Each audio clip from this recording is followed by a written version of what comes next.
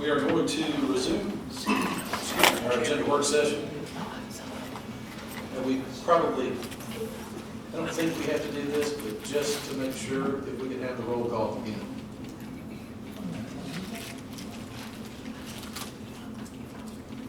Mayor Lane. Here? Vice Mayor Stoll. Here. Councilmember Cagle. Here. Councilmember Hilton. Here. Councilmember Williams. Here. City Manager Miller. Here. City Attorney Deutsch. Here. All right. We left off under new business at item B, but before we do that, I have been informed by the city attorney that we need to have a very, very brief executive session at the conclusion of this work session. All right, so item B is going to be appointments to the Beer Board. Vice Mayor Sewell. I think we did. Just for the recap, where we finished, No, not recap. we were going to, if I understood where the discussion was headed, prepare an ordinance to amend the previous 1014 to remove the deputy city manager position, and then in lieu of, they're going to create the title of assistant city manager. That is to be a designated appointment by the city manager, if he's in, with council approval, or if there is no city manager, then the council appoints. It'll be a title only of the assistant city manager, with the provision that that city manager, assistant city manager, is not permitted to be removed unless for misconduct during or within 90 days after the appointment of any city manager. Funding for the assistant city manager, while city manager, well, that's sort of where we left off. We're talking, where the discussion was, Councilman Cagle said, correct me if I'm wrong, Councilman, but it was to the extent that the city manager is unavailable, disabled, or the position is vacant, then the assistant city manager would serve on a $250 per week basis, pro rata of $50 per day. And then that's about where we left off. I think Councilman, as the lady Helton indicated, she thought that there needed to be an increase in that amount. That's what we're doing. And there is, excuse me,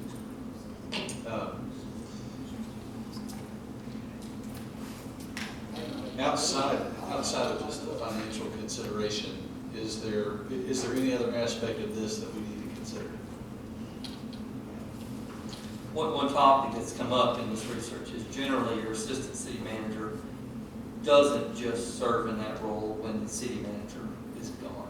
He generally helps on day-to-day stuff.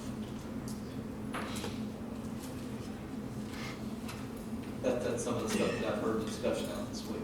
But this is a little bit different because the assistant city manager is going to go into the role as city manager. There's no one to delegate that to anyone. He's stuck with it. In this case, as I mentioned before, I'll be appointing Kenny Custer. Mr. Custer, that's where the buck stops administratively. Right, I think the point I was making was, for the purposes of payment, assistant city manager, is the discussion I've heard throughout this week and the week before was generally that the history of that position when it's been used by someone has involved more than just services at the time. Okay, you're correct. A dual Right. position. So, Okay, I understand what you're saying. The only problem I see with it is, once the city manager is hired, he's gonna have to work with this city manager to get him up on speed, and it could take 6-7 months to do that, and he's not getting paid to do it. well, that goes to what the point of the discussion I've heard throughout the last couple of weeks is there's a day-to-day component that perhaps might want to be considered by this council for purposes of I think it should be up to pay, even when the city manager's hired, and then if it's not, when there's one not here, then he's paid excess for that job. hearing right, where you're going to boost his salary, plus when the city manager's not here, then give him the extra pay for being city manager. Yes, he's the second number one man in the city. I don't think you would take some of the stuff you have to take $50 a day. You know, Plus, he's gotta run, I hear what you're saying. That is not necessarily true in all instances. I had an assistant city manager in one city that I worked in.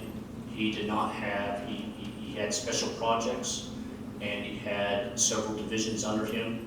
But when I left, I didn't all the time leave him in charge. Just because he had assistant city manager after his name didn't mean that he had authority over other departments. He did not. I didn't want him to. I limited his scope of responsibilities because he wasn't trained in those areas. If a person's not trained in those areas of public works or police or fire, you don't send them over to be over police, fire, and public works.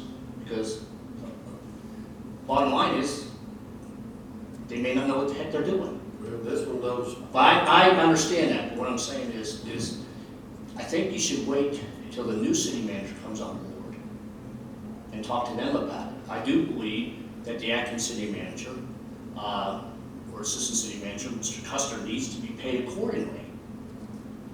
And not just a little bit. If he's big enough to walk into my shoes and do my job and put in the time, he should get what I'm getting. I agree.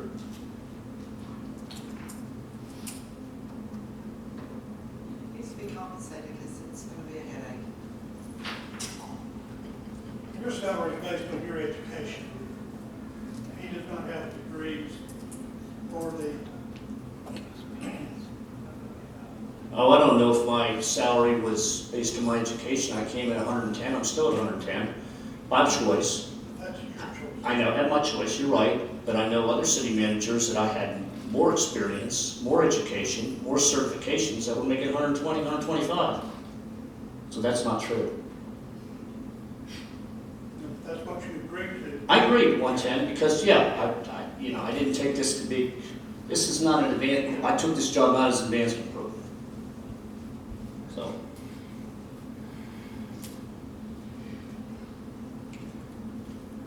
I guess to say that if you're going to put Mr. Custer in the position as city manager, doing, if you call him assistant city manager, call him acting city manager, interim city manager. You're not making what I'm making, you should be making more than the highest paid person in the organization. Right now, $1,000 won't do it. Well, I know that I know right now that we've got some employees in management positions that are making more than he's making right now because they've been here a long time. Longevity does not necessarily carry a price tag. Education, experience, certifications, and your ability and accomplishments should determine what the salary is, not how long you've been here. And the reason I asked the question earlier, are there any other considerations? Frankly, I would like some time to think on it. To think on the financial part. We don't have to necessarily nail it down tonight. We'll have first reading, first meeting in October on the 11th.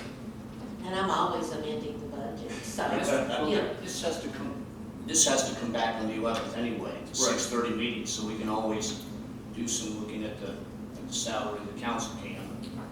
And I can provide that information to you.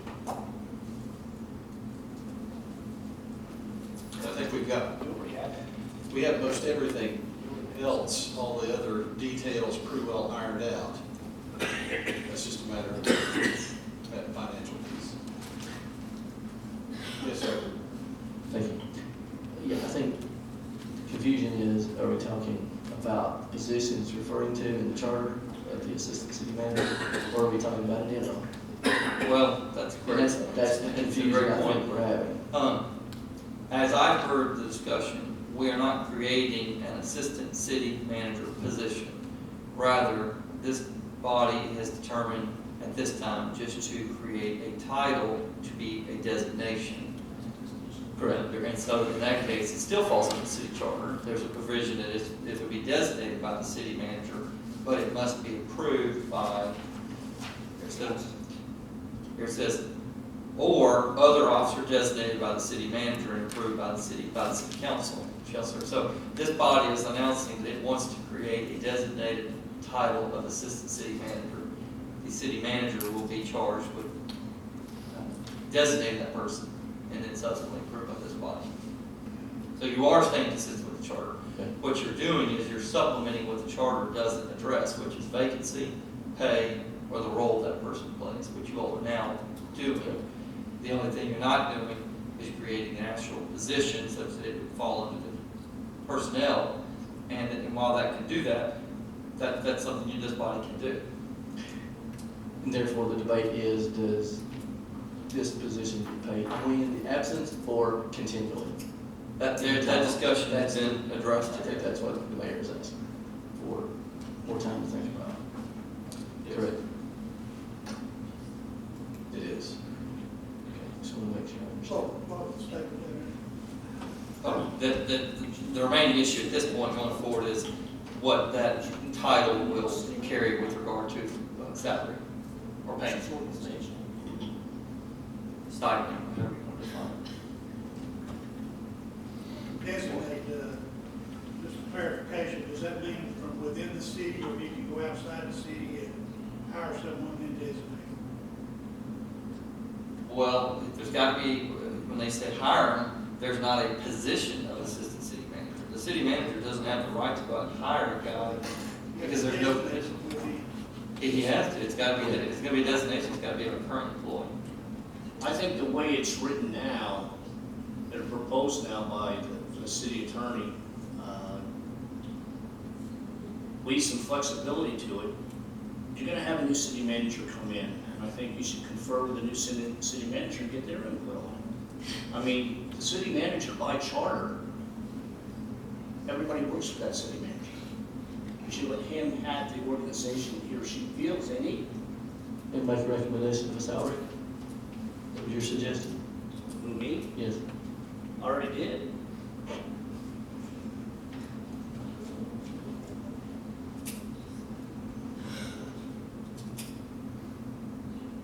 So this time what I'll do, I'll draft up the ordinance as I understand the direction went tonight. I'll leave blank the funding or the salary, wages, type, whatever you want to characterize it, to be addressed at the next council meeting. Can you send us a copy of that before the meeting? Absolutely, yes, I'll do that. And should City Manager Miller and I in our work with this get other information that might further, we'll bring that to the council's attention at that time. You know, there's always issues of market driven, you know, what's the market, what would a market drive with this position? And I think ultimately that will be determined in time as to what the person receiving that designation will have accepted to undertake those additional duties. I'm sure I'll have another opportunity to say this, but I've just got to say it now. I'm gonna miss his candor. I'm sorry. You know, I love it. I can't help it. Yeah, it is something that we have needed for so long, and it is. You stand up and you say what you think, and that is greatly appreciated from this chair at least. So, Hope you guys, whoever gets elected, because that's what we, hope you find somebody like him. Somebody don't leave the job. Because he'll tell you like it is, I'm like, he'll tell you how to drive on the back fence. You usually start it. I like to get you going. all right. So, Mr. Litchford will distribute a copy of what the proposed ordinance will look like so that we can review it prior to the first reading on October 11th. All right, now moving to item B. Appointments to the Beer Board, Mr. Sewell and Councilmember Cagle have appointees that will, whose terms will expire November 26th.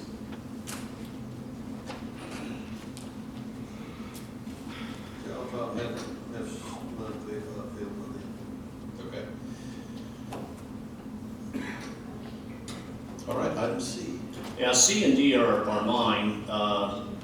C deals with a dealership is coming to East Ridge.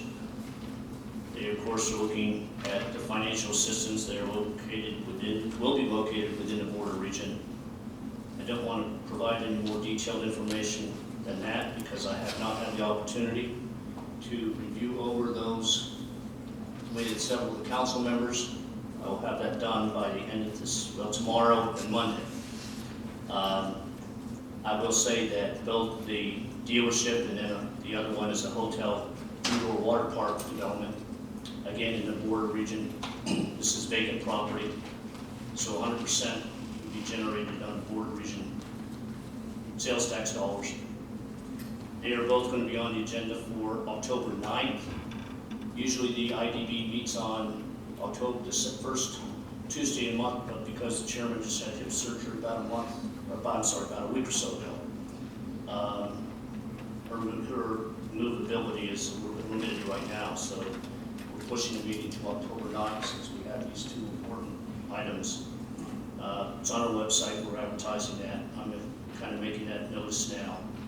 But it will be before the IDB, and then it will be on the City Council's meeting for October 11th. But I've got several of you scheduled to come in the next couple days to review over the broader details, and I'd like you guys to know first before I put that information out there.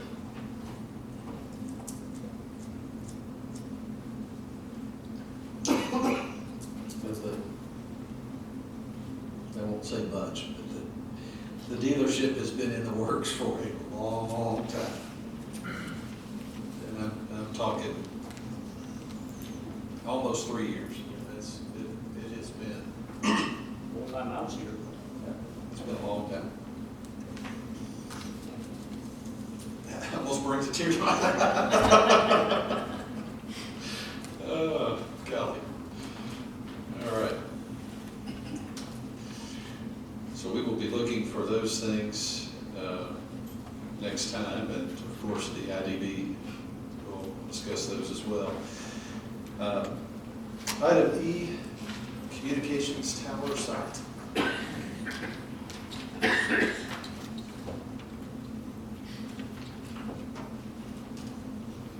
Mayor and Council, if you've had a chance to read the agenda, you've noted that this is something that I've been researching for quite some time, looking at this site and the possibilities of a potential site in the city of East Ridge to help with the communications problem that the police department has had for many years. These problems pretty much have been with us since about the year 2000. And if you look on the last page of the packet, you'll notice that I've highlighted some critical areas that continue to be problems today. Even though we've upgraded our portable radios to the latest models, these continue to be repetitive sites where we're just not making the best communications as possible with the dispatch center. Individual cars have a hard time hearing each other. And all these problems are basically, they're multifaceted, I guess is the best way to say it. The topography of the city, the current radio system that's in play, with the new businesses coming in, some of the building materials themselves obstruct the RF signals, and including the FCC radio changes, the frequency changes. All of these have played individual parts at a bigger problem. So looking back at what might be the best option to get the system where it is functional every time you need it. I looked at every avenue. I have two people from Motorola tonight that are here in case you've had any questions or anything you'd like to bring up. But I award them out with propagation studies, which is the signal strength studies within the city of East Ridge. I have looked at multiple pieces of equipment. Most of that equipment is basically, someone said earlier, a Band-Aid on the problem. So with that said, if you read through there, you have any questions, you see the map itself that highlights multiple officer documentation of where they were at during different hours of the shift, during different days, the different climates that may have been in there, such as the heavy rains we've had, cold weather, hot weather, you name it. We have studied everything and documented everything. I have a file folder that I took with me, and Mr. Miller and I went to the Tennessee Valley Regional Board and met with them about the issues. So I'm down to, this looks like the solving of the problem that we are having.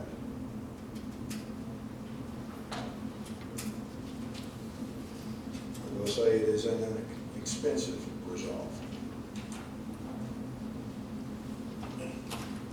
And even if you were to vote right now and say, yes, you can do it, we still have to get the FAA's approval to even move forward with the project.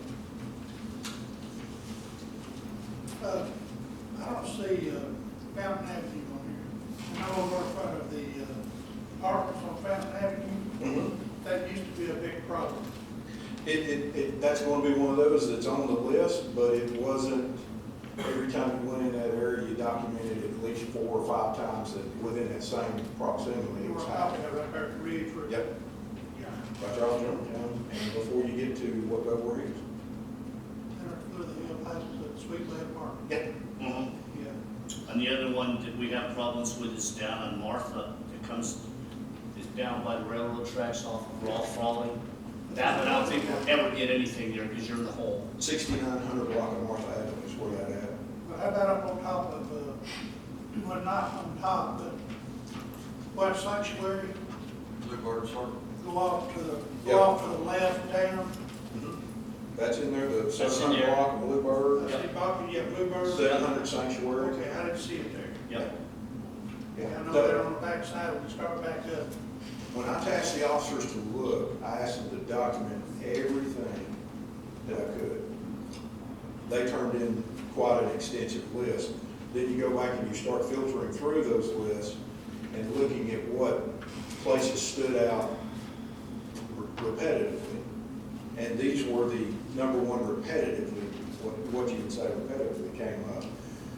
If in 1 week, one shift documented the same spot maybe 4 times in a row, then I would add that to the list. If it was just 1 or 2 and there was a variance in there, I left it off the list, but these were the high spots. Did I read in here somewhere where this is gonna take care of 85% or 95%? 95%. 95%. 95% of the time. Did Did I get that right, guys? Put the new tower. The new tower will be right behind the McBride School, behind the fire department side of our police impound lot. That's about the central location of the city. We don't have to make any acquisitions with any land. It's a secured area. We have to go into a secured area because this is a complete package. This is the generator that backs it up. This is the building that comes with it. This is a turnkey outfit. And this outfit is also expandable. So for instance, as we go down the road, if fire needs some additional radio coverage or something like that, we can put them on this system. If we need an additional antenna, am I not correct, Chris, when I ask you this, we need an additional antenna on that pole itself that we could add to? Yes. So we have flexibility in this unit.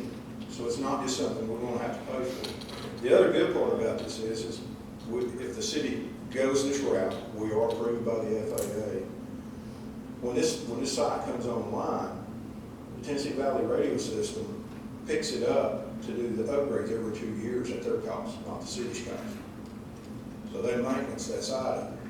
So this is not a 5 or 10 year investment. This is a 20+ year investment for our radio systems.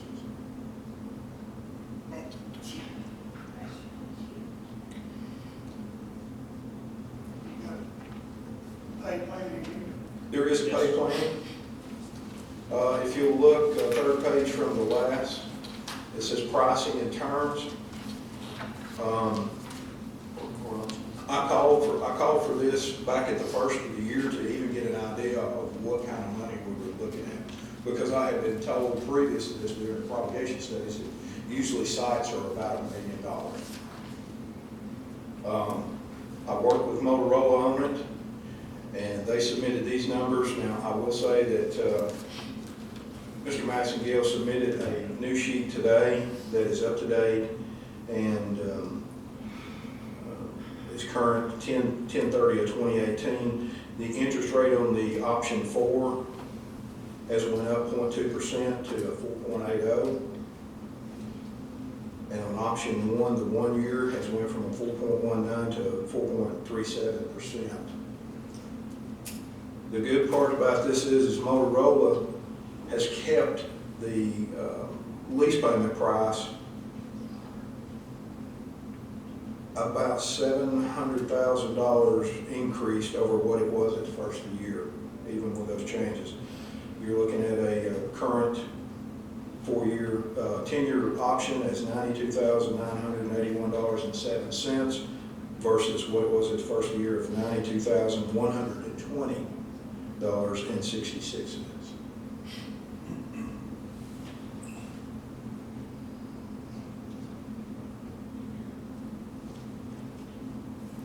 First payment would be in fiscal year 1920. Correct.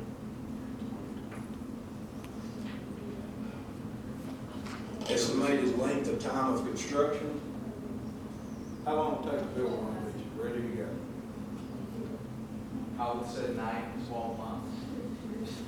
so we may have to go 2021. I just wanted to basically note that our budget is set now. Yeah. So that had to be something that, the new administration is going to have to look at for when to do the budget for FY 19 and 20, and could be pushed to 2021.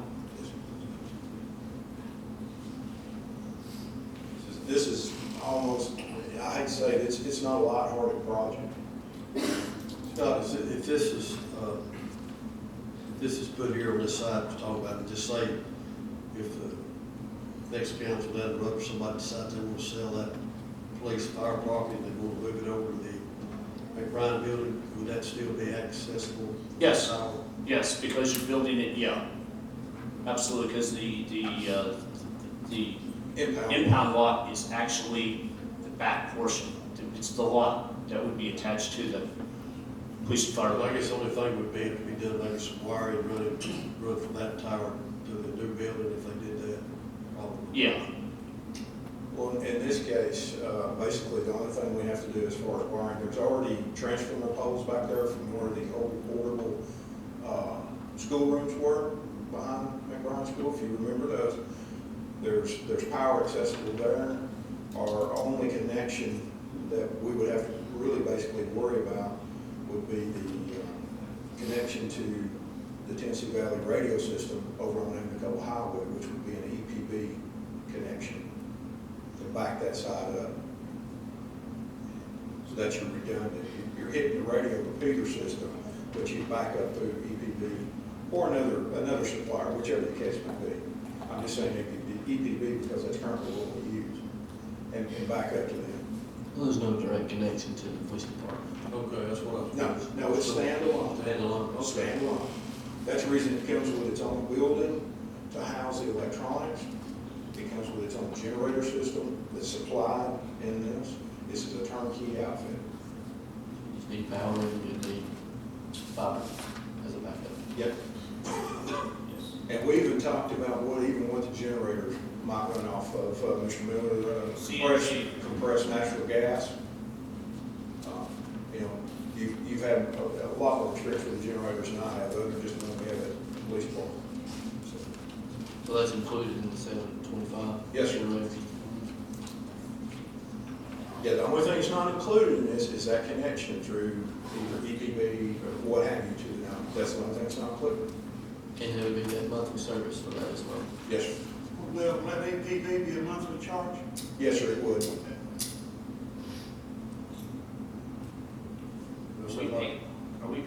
monthly charge now? I'm sorry, Councilor Sewell. Are we paying that monthly charge now? No, sir. Okay, so this would be an additional monthly charge onto, if we went with the option 4, 10-year payment of $90-some thousand a year. We're looking at $150 terminal in, so that would be 2 ends, one from the site to the 911 center, be 300, and whatever a line would be. In the past, we had AT&T, those were quite expensive, those could run. AT&T lines were, yes. They EPB were- lines would be. They were about $3,000 a month, or EPB would be down somewhere probably in the neighborhood of $200 to $500 a month. Can you have that information, like when this comes back to the council? I would. Please, thanks. So we have an idea of what all the costs are going to be. One more question. Dennis, I hate to ask you, I know. but disqualified under the Board of Regents, No. fire engine will. Fire engine serves hotels and buildings that would qualify for, or would show a need for a 100-foot aerial platform. Hotels, we have the 4 hotels that we're going to have. We have 3 of them. Once the Hampton Inn opens up, we'll have 3 high-rise hotels. All 3 of those are in the Board of Regent District. You have Bass Pro, which is a large enough, 85,000 square foot facility. We don't have anything basically past the Holiday Inn going west. No, maybe we would have the Walmart would qualify, possibly the Food City, but you would not run that truck in the residential areas. One other thing, would the pool, borrowing money from the pool be less interest than borrowing just through them? It could be. We need to check on that. Check on that? Yes, sir. We could get a 10, well,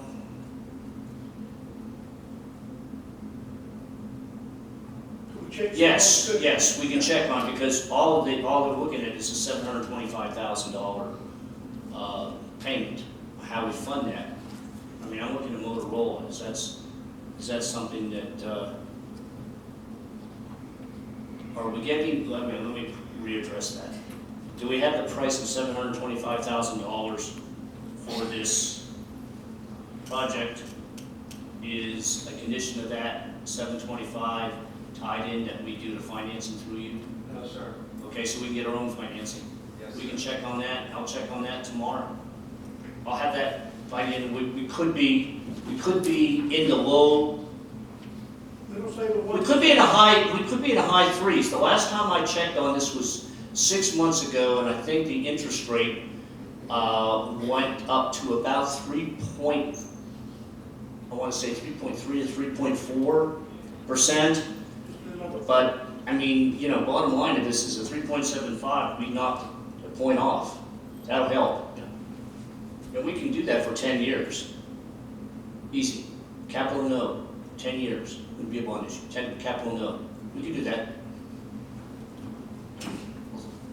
Now, one other thing that I mentioned a minute ago about new buildings and things coming in, Mr. Custer gave me the state law that if someone builds a green building, Kenny, if I'm wrong, quote me, you tell me. And we have problem with our signal, even after we've done this, we can mandate that they put in a booster pack system into their building because of fire code. So anything that comes in with a large amount of green products which inhibit RF signals, we can mandate that. But places like the Bass Pro Shop, not really having those kind of materials, it's still difficult when you go inside. And as everybody knows, the Ace Hardware up here in the upper end, that's been a black hole since I started way back in the 90s. When you go inside. Yes, as soon as you walk in the door, you're cut off. You might get 10 feet. As long as we have it by the door, that's what counts. Yeah, I mean, right at the door, once you go in, you can almost hear your radio, am I correct, by toning out? And that means it's dropped the ability to connect with the repeater system. 775 has dropped to 725 of this incentive. 725 would be the number we would look at. And then we'll figure, I'll get from the Tennessee Municipal Bond Fund what their interest rate would be. And the chief will get the tie-ins and the monthly costs from EPB. We'll have that for the next time this agenda. So we'll have a true cost.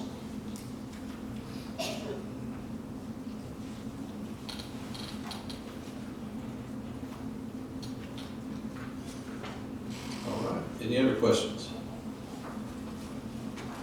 Thank you, sir. Can I bring up one thing I wanted to let y'all know? I've already made Mr. Miller aware of it. Our two CSU vehicles, there has been a drastic falling down on the Ford of Murfreesboro.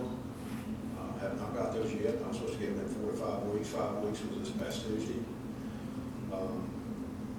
And I have filed a complaint with the owner and the general manager about the service we've received.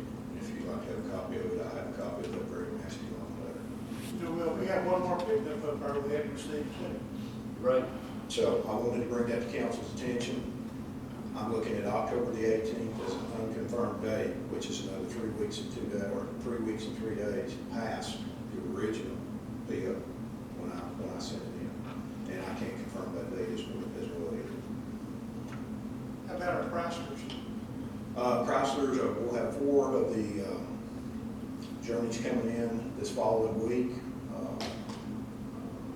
They're a little bit behind because the speaker system that they had for that, the box, they did not want it to be a ill-looking fit.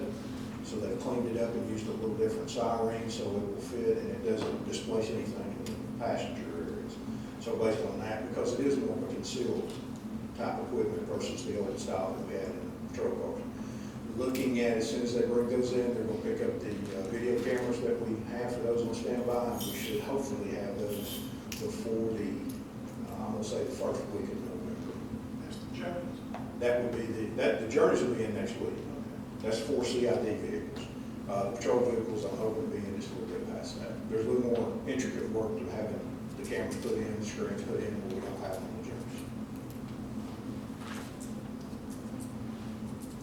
All right, thanks, Chief. Thank you. Last item, item F.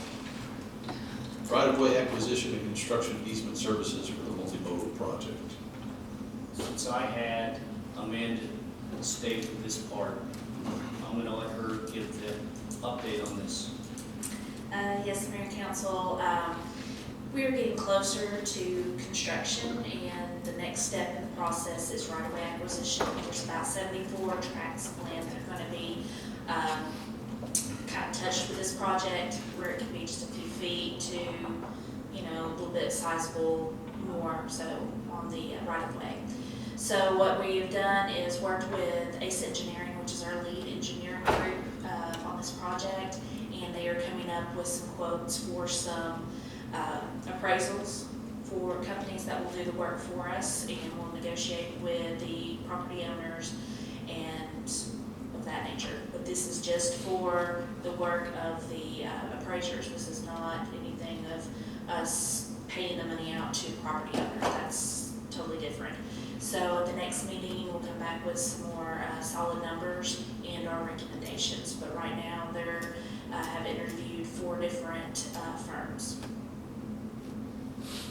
Price ranges that we have, as mentioned in Amanda's memo, for these services range from a low of $600,000 to a high of $900,000. Of course, we're going to go with the lowest one. And then, of course, to remember that we can count this towards our water region. Any portion that is ours, because we are responsible for 20% of the total cost. So our portion can be reimbursed by water region.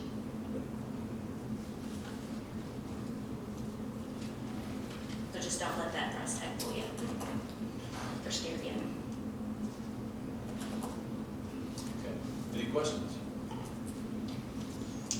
Thank you.